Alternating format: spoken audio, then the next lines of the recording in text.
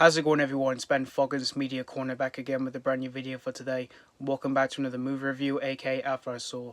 This time it's going to be on the 2024 black comedy psychological thriller, and that is A Different Man.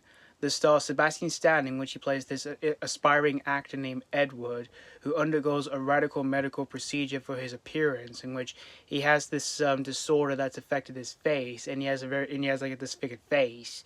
And what ends up happening is that once he gets this medical procedure, he gets this new phase. But once he gets that, it soon starts to turning into a nightmare for himself. So that's pretty much the story of A Different Man. Now, I did hear quite a bit of praise surrounding this whole movie once I played at a few film festivals, and I was actually kind of fixated to check out this whole movie since this was a new A24 movie, and you guys may know already I'm a massive fan of A24 myself in terms of whatever films they make, if it's either a horror film or a drama film or anything at all, really. And this film came out on the same day as Joker Folie à Deux, which I went to see that first. And I saw this movie a couple of days after it was released. And I saw this movie in a pretty quiet day. Like, I was at work at the time, and once I did finish, I had nothing much else planned. So I decided to check out this whole movie since I had nothing really much planned for the rest of the day. But once after I saw this movie here, I gotta say here, guys, that this film really surprised me here. I thought this movie was absolutely terrific here from beginning to end here. First off, Sebastian Stan is brilliant in this movie here, and I would even say this is one of his best performances he's ever given outside of the MCU, as we all know him from playing Bucky Barnes, aka the Winter Soldier. And he does bring a light to this film here through its storytelling, which we'll get into that in a few minutes, but I found all that to be really fascinating here through the study of his character to the two worlds that he finds himself in.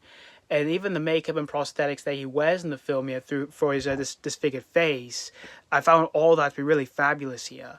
And as for the other actors who are in the film here, in which you've got Renate, I thought she was terrific in the film. But the biggest show stealer here in terms of performances here for this film is Adam Pearson, whom I loved him for the majority of this film here, for every scene that he was in on screen, which he does bring his disorder to life for this film here. And I thought the film managed to handle all that really well done here, since the film explores that disorder that he has in the film here, and it's the same disorder that we see our main character have early at the beginning of the film before we see him changing his face in the film.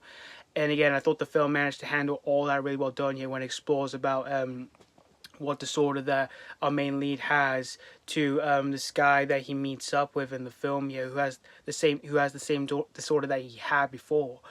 And he has a lot of energy and charisma in the film here, and I thought he really imbued and embodied all that here, really well done here when it came to his energy within this film here. And when it comes to the direction by Aaron Schimberg, who wrote and directed this film, it's so perplexed here in terms of technical achievements, which there are times where the film does feel like an old school film, and there are times where it does feel like a docu-series. And as for the overall presentation for the film, for the way the film approaches that here, it's so multi-layered here, where it's about like how the main character feels and what he felt prior to later on in the film, once we see him changing in the film here. And the film even does takes its time here once we see him getting his medical procedure, but when we see him like how he's feeling and how he goes through all of that. However, the only gripe I do have with the film here is that the last 10 to 15 minutes of the film here, I just felt was a tad bit rushed here. And that's the only thing I can find that I just found that did kind of bother me as I was watching the film. But in the end, guys, A Different Man, again, this film really surprised me here. This is such a unique film here that 2024 is released here.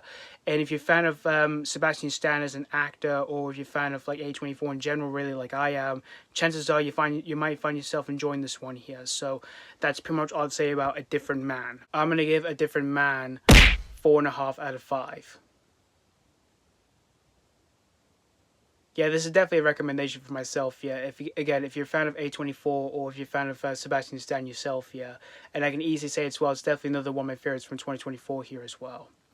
So yeah, thank you guys so much for watching for my ACAL First Saw review on A Different Man, and let me know what you think of this movie if you have seen this already or if you just recently checked this out. Did you really enjoy this one, or was this not your cup of tea? As always, thank you guys so much for watching, and this has been Foggins Media Corner signing off.